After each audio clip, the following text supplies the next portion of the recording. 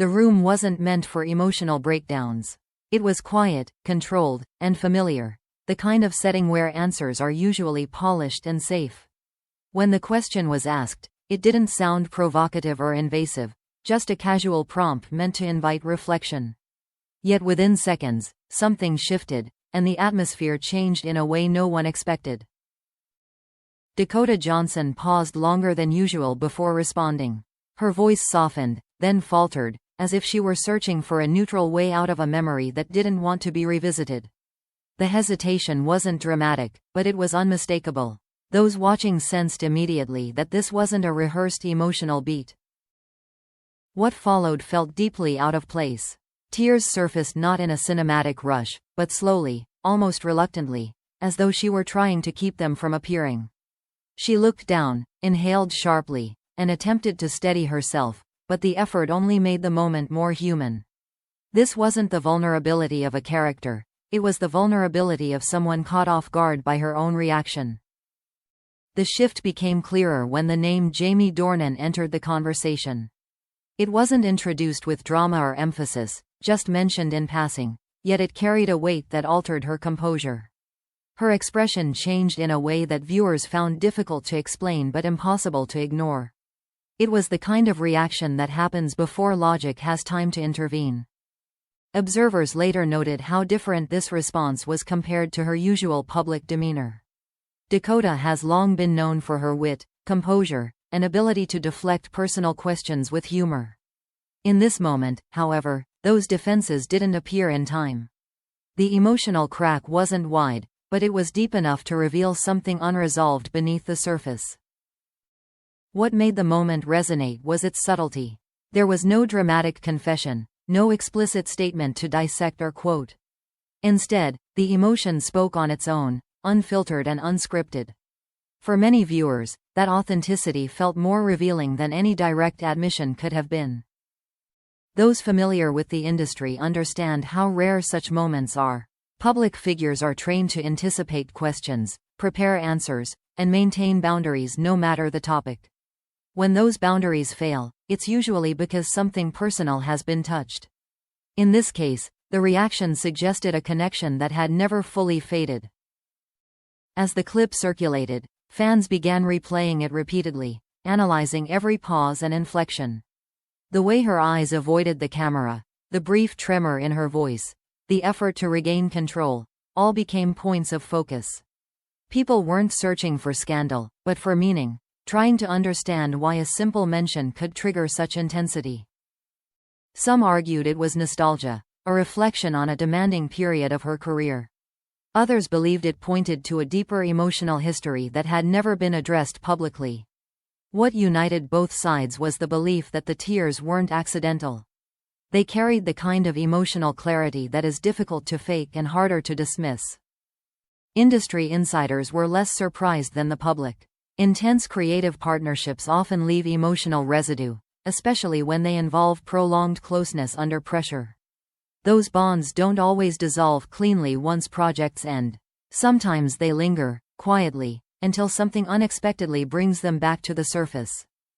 The timing of the moment added another layer of intrigue. It didn't occur during a retrospective or anniversary discussion, but in an otherwise routine conversation. That randomness made it feel genuine, as though the emotion had been waiting for the smallest opening. When it arrived, it didn't ask permission. For Dakota, regaining composure took visible effort. She offered a brief explanation, careful not to cross any lines, and redirected the conversation forward. Yet the damage, or perhaps the revelation, had already occurred. The audience had seen something unguarded, something that couldn't be neatly packaged or retracted. What lingered after the clip ended wasn't certainty, but unease.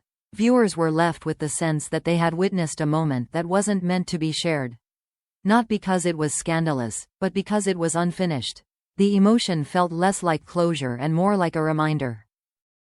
In a world where performances are expected and authenticity is curated, that brief breakdown stood out sharply. It suggested a story that had never been fully told, one that still carried emotional weight years later. Whether it was about a person, a period of life, or something left unresolved, the tears made one thing clear. Some connections don't disappear when the cameras stop rolling, and some memories remain powerful enough to break through even the strongest public composure. What followed that emotional moment was not clarification, but silence, and in Hollywood silence is rarely accidental. There was no follow-up explanation, no social media post to contextualize what viewers had just seen. Instead, the clip was allowed to exist on its own, unframed and unresolved. That choice alone fueled speculation far more than any statement could have. For Dakota Johnson, restraint became the dominant response in the weeks that followed. Interviews continued, appearances were made, but the tone shifted noticeably. Answers grew shorter when conversations drifted toward the past, and humor replaced introspection as a defensive layer. It felt less like avoidance and more like protection. Those who watched closely noticed how carefully certain topics were navigated.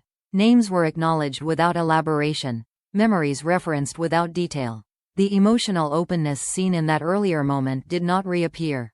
If anything, it was quietly sealed off, as if acknowledging it twice would give it too much power. Behind the scenes, insiders suggested the reaction was less about damage control and more about boundaries. Emotional moments can resonate deeply, but they can also spiral beyond intention once public interpretation takes over. Allowing viewers to believe they had witnessed something deeply personal carried risks that went far beyond gossip. In that context, silence became a way to regain control. The public, however, read that silence differently. Many interpreted it as confirmation that the tears had touched something real and unresolved. Online discussions shifted from, "Why did she cry?" to, "What was never allowed to be said?" The absence of denial became its own narrative thread. The focus inevitably returned to Jamie Dornan, not through direct accusation, but through association. Fans revisited past interviews, scrutinizing his tone when discussing shared projects. Neutral comments were reinterpreted, polite praise examined for emotional subtext. Even restraint itself became evidence in the eyes of some viewers. What complicated the situation further was the lack of a clear villain or scandal. There were no claims of wrongdoing, no dramatic fallout to anchor the story. Instead, the intrigue centered on emotional truth, a far more subjective and difficult thing to dismiss. When emotions feel genuine, audiences tend to trust them more than facts.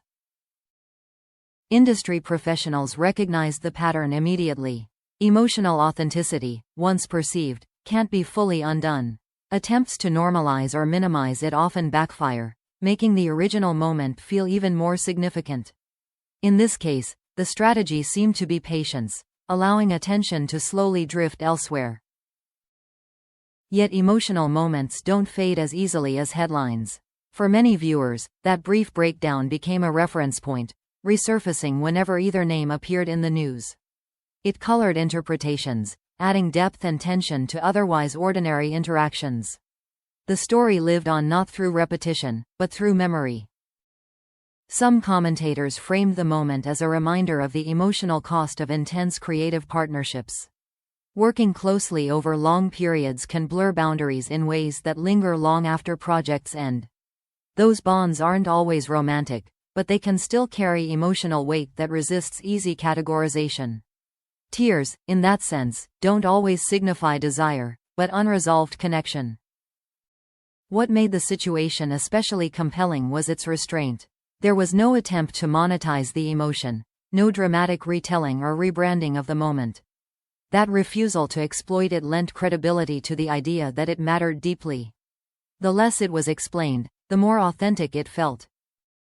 Over time, the conversation softened, but it never fully disappeared. It became one of those Hollywood moments people refer to in hushed tones, not because it was scandalous, but because it felt too real.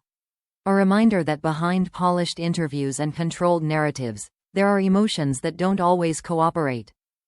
In the end, the tears didn't demand answers, they invited reflection.